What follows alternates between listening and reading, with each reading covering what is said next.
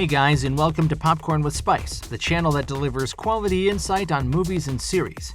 Today we'll be talking about a movie that is famous for one thing.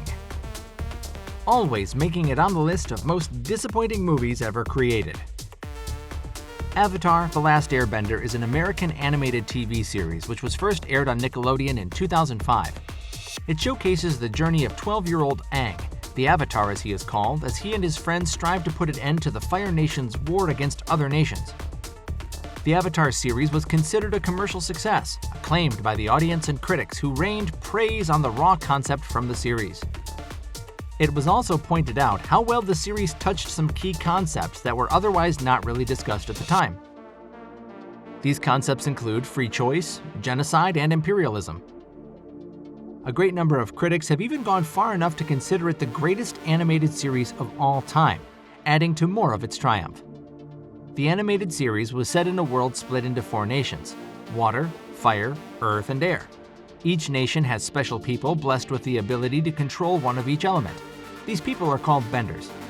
And all these nations lived in harmony under the guidance of an even greater person called the Avatar. The Avatar is a spiritual being blessed with the ability to control all 4 elements. And only one Avatar can exist in the world until his or her death. The story itself is pretty simple and straightforward, so it's understandable that producers would want to create the movie of such a successful series, right? Well, yeah, any reasonable producer would want to be part of such a project. But what happens when a producer takes an original idea and turns it into something like an eyesore? Well, let's just say the movie will be remembered for all the wrong reasons. So get ready as I explain to you how this movie was so different from the original idea, and will also point out some mistakes made in the movie. Everyone had high expectations for this 2010 manifestation of the Avatar: The Last Airbender series. And in the end, more than 90% of the audience that watched this movie were disappointed. First off, let's talk about the bending. From the animated series, the elemental bendings are smooth, straightforward, and mostly only done by one person. But in the movie, we got to see a rather interesting mix of unserious humor in these bendings. From the poor graphical portrayal of most bendings, to the need of 6 benders to lift a single rock. If the rock was a mountain, then that's understandable, but no, it's just a measly rock.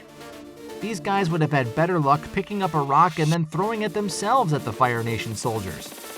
But no, they had to toss a rock in style because they are, after all, benders.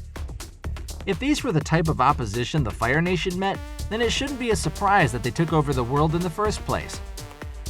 Now, it's one thing to completely butcher a core component like this. It would probably leave you wondering, how can this get any worse? Unfortunately, it can. The movie does so in some of its cinematics. Just look at this. How exactly is it even possible to mess up something so basic? They would have had better luck just reusing the original voiceover from the animated series instead of reproducing a terrible voiceover. Water. Earth. Fire. Air. My grandmother used to tell me stories about the old days, a time of... It's never a good sign when a movie starts with a bad introduction scene. Combined with that is how well done a scene like this is.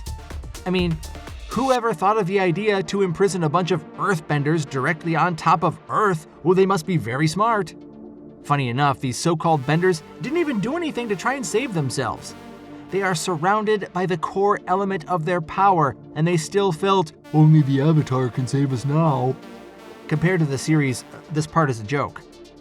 The series clearly portrays earthbenders being imprisoned on metal cages on a boat in the middle of the sea. An idea like this makes sense, but obviously the movie was made to be different. I guess they also wanted simple logic to be different as well, right? Well, if you think deviating from logic is bad, you should watch how the movie portrays a defining moment from the series. In this scene from the series, Aang is driven by rage and eventually enters the Avatar state, transforming himself into a giant water monster. For those who don't know, when in the Avatar state, an Avatar can control all 4 elements simultaneously and without limitation. That being said, you could argue that recreating such a scene can be quite difficult to pull off. But for such a defining and important moment, it's actually worth trying, because this scene showed the world how powerful Aang actually was. And if you think they would actually ruin such a moment, well, you guessed right. Because instead of having Aang enter the Avatar state and completely wipe out the entire Fire Nation fleet, the producers felt their giant wave was a proper representation of such an iconic moment. A moment that should naturally be filled with chills from watching this giant water monster lay waste to the Fire Nation fleet without killing anybody, turned into mostly spills by watching a poorly computer-generated wave push the Fire Nation fleet back home. Finally, plots from the original story and character profiling were also poorly done. Most notably was the portrayal of Aang. Originally known for his playful, carefree, and wholesome behavior in the animated series, fans were given a literal opposite of these traits. We got to see what an alter ego of our lovable Avatar would look like, one who rarely smiles and takes everything very seriously. Another poorly done character was Sokka, originally known for his hilarious and comedic personality, ended up being just another character who doesn't say anything funny. There are other notable moments, from Prince Zuko's terrible trademark scare, to poor portrayal of the fire element, and the change of story focus from being more about Katara to showcasing more about Aang's Avatar journey. In my opinion, it'll be easier counting the good parts than the bad ones, a feature that both the audience and critics politely indicated in their reviews and rating. All we can hope for at this moment is a good reboot from Netflix, at least to take our minds off the failure of this movie. So what do you think? Did the movie actually live up to its expectations? Leave your thought in the comment section below. Also, if you haven't already, do like and subscribe to the channel for more insight on movie and series news.